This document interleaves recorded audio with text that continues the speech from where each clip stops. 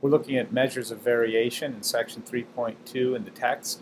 Here's an example with housing costs for two different towns, and not much to be seen just by looking at the raw data. So what we'll do first is plot a histogram. These are housing costs in the thousands.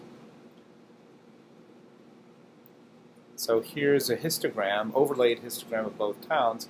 As you can see, both towns, the blue and the orange, both have the values centered around 100, but the blue values are much more spread out. So standard deviation gives us a way of measuring that, how much variation there is in the data, how spread out the data is.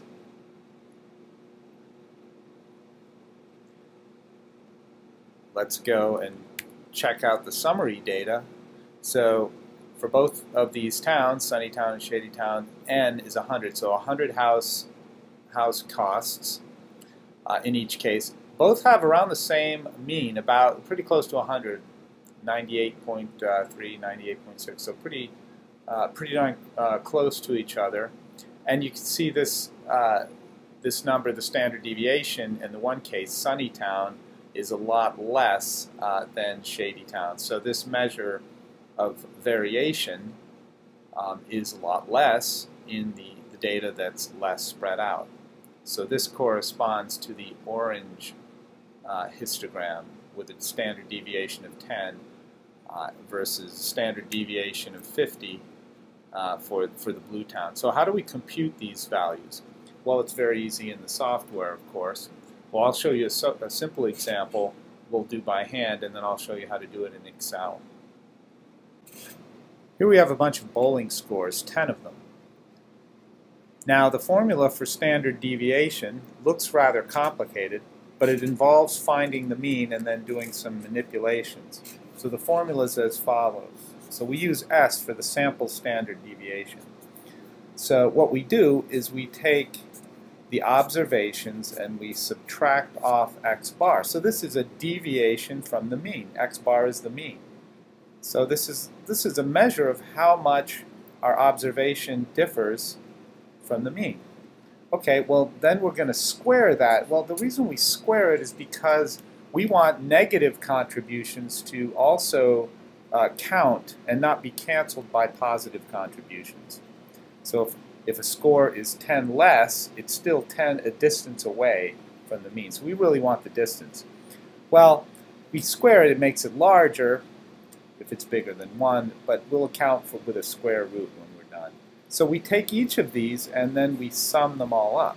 So we add those all up together, and then we're going to divide off by n minus 1.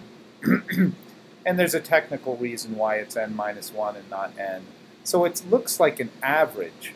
It looks like an average deviation, square deviation from the mean. Okay, so if that's like a average square deviation because we divide it by n, but it's really n minus 1, we'd like to take the square root. If it's an average square deviation, it would make sense to take the square root. So there's our formula. That's how you can make sense of it. But this is formula 3.4, and I won't hold you to formula 3.5, which is an alternate definition. So there's our formula. Now let's look at our bowling scores. So first, what we got to do is find what? X bar. Well, to find X bar, first we have to sum all of the x's and then divide by 10, because that's what n is, 10, right? Okay, so our sum of the x bars turns out to be 1850. Divide by 10. So x bar is just equal to 185. So it's a bowling score. Right? Okay, so looking back at our formula for the standard deviation, we have to subtract every bowling score. We have to subtract the mean, right, and then square. So let's see how that goes. So we can list our bowling scores in a table here. And then what we'll do is make another column for the x minus x bar. Okay?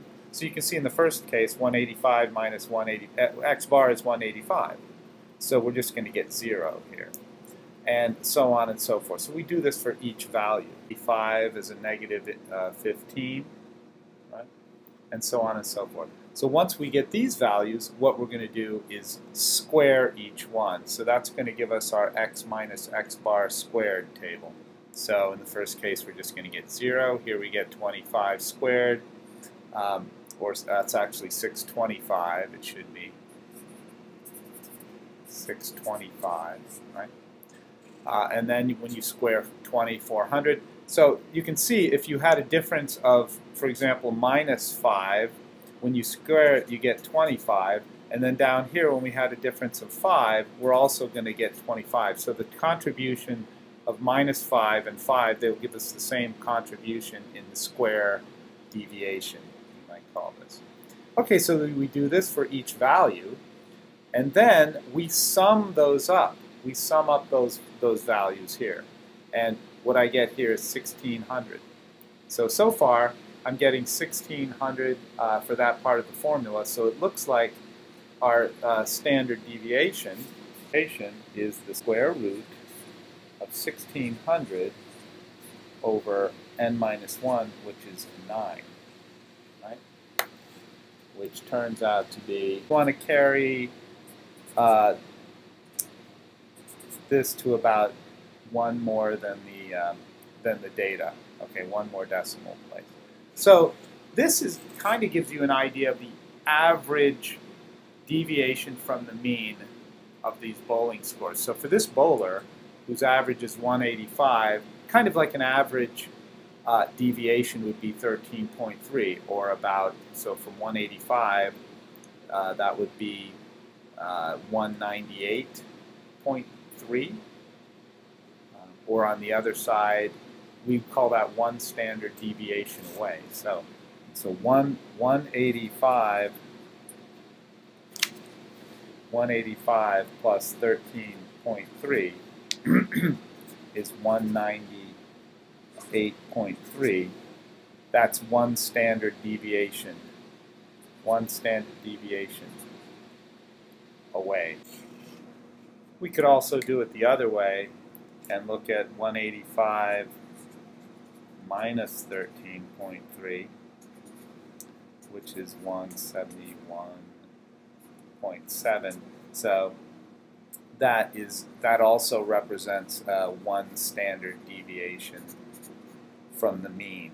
So it looks like this. Here's your mean, 185. And 1 standard deviation away this way puts you at 198.3, and then 1 standard deviation this way gives you 171.7. Okay. Similarly, we could find 2 standard deviations from the mean. Right? If we add another 13.3 in either direction. And we'll be looking at that a little bit in class.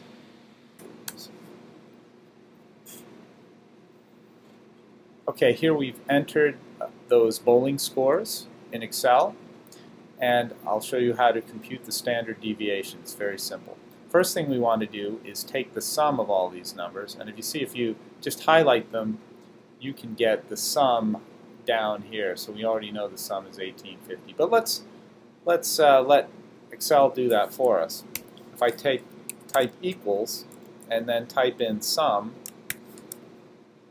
and then parentheses and then highlight this one, we want to take the sum of all those values, so I'm going to highlight this one and then colon and then click on that one there, close parentheses, and it gives me the sum. Now what I'd like to do is whenever you type equals, it starts a formula. Equal this value and divide by 10.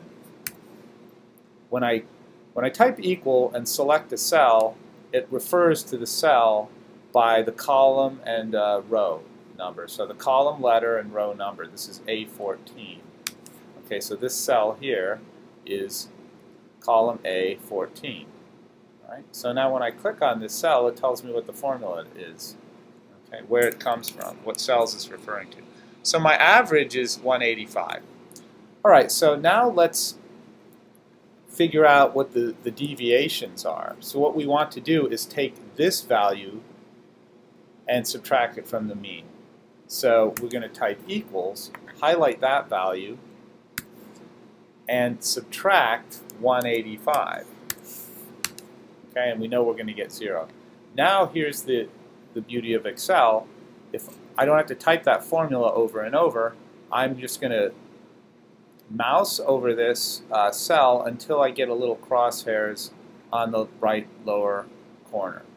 And then I pull that drag, drop kind of thing, and it finds all those values for me.